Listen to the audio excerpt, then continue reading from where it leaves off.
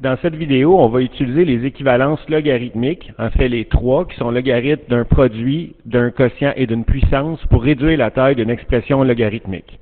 Donc la première étape, dans mon cas, ce que je fais, c'est que je me débarrasserai des coefficients qui ne sont pas 1 ou moins 1. Donc à chaque fois que je ne vois pas plus log ou moins log, je me débarrasserai du coefficient. Donc on voit le premier log en base 6 qui donne 3x est affecté d'un coefficient 2. Donc, ce que je fais, c'est que je vais déplacer ici le coefficient. Il va aller se positionner comme exposant de ma puissance. Donc, ça donnera log en base 6 qui donne 3x à la 2. On veut que ce soit la puissance au complet qui soit affectée de l'exposant 2. Le deuxième log était déjà correct, étant donné qu'on ne voit pas moins 3 log en base 6, on voit uniquement moins log, et ça, c'est l'équivalent de moins 1 fois le log. Donc, ça me convient. Donc, on va réécrire moins log qui donne 5x sur y. Ensuite, le troisième est aussi correct. Log en base 6 qui donne y. Le 1/2 ici, on va aller le déplacer comme exposant.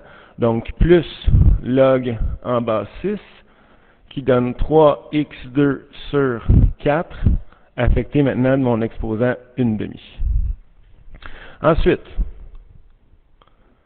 à chaque fois que j'ai la puissance d'une puissance ici, comme l'exposant 2 de ma puissance 3x de mon log, ben, ce que je vais faire, c'est que je vais la distribuer sur chacun des facteurs de la puissance. Donc, ça donnera log en base 6, qui donne 3 à la 2 fois x à la 2, moins log 5x sur y, moins log en base 6, qui donne y, plus log en base 6 de 3 à la 1/2, qui donne racine de 3, multiplié par x à la 2 à la 1/2, ce qui va donner x à la 1, donc x, sur 4 à la 1/2, et puis comme on sait que l'exposant 1/2 correspond à la racine carrée, c'est comme si je voulais faire la racine de 4 qui donne 2.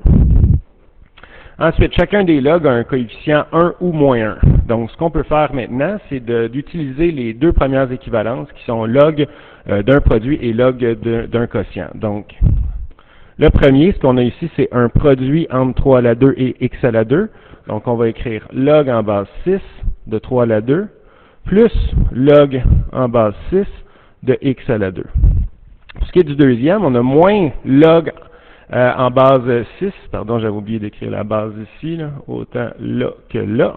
Donc, moins, je vais mettre entre parenthèses parce que dans ma puissance, il y a un produit, il y a aussi un quotient, donc il y a plusieurs opérations à faire.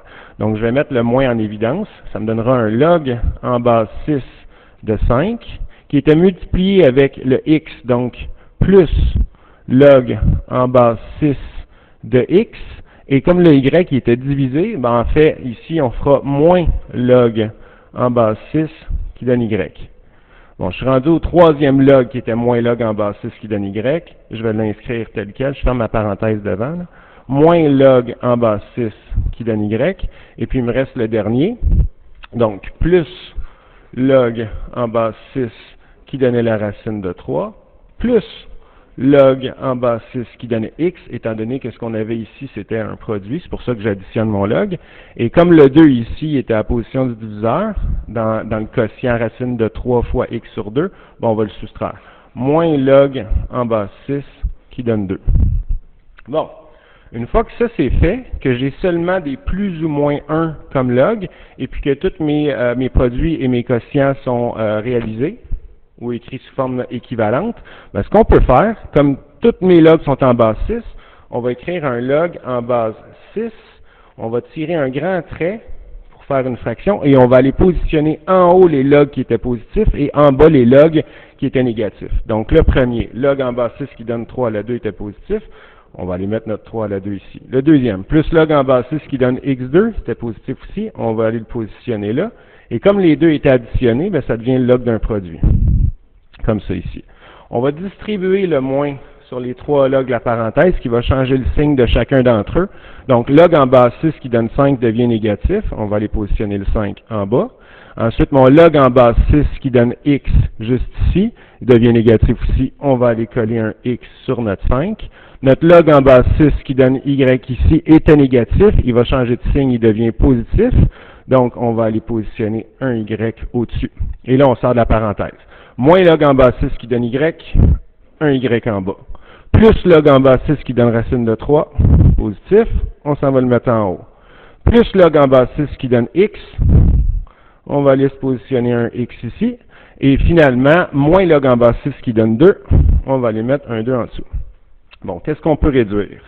Ben, je vois que j'ai un y, je vois que j'ai un x, j'ai aussi un x ici.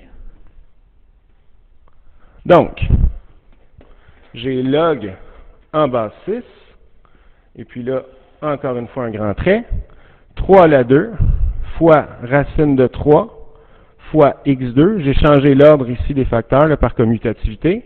Et en dessous, j'ai 5 fois 2 qui donne 10. La seule chose qui me reste à faire pour avoir une puissance ici qui est réduite au maximum, c'est de faire 3 à la 2 fois racine de 3. Je vais faire ça ici. 3 à la 2 fois racine de 3 donne en fait 3 à la 2 fois 3 à la 1 demi. Et puis lorsqu'on multiplie des bases identiques, on additionne les exposants. Et 2 plus 1 demi donne 5 demi. Donc ce que ça donne, c'est 3 à la 5 demi. Donc au final, la réponse sera log unique en base 6 de 3 à la 5 demi fois x au carré sur 10.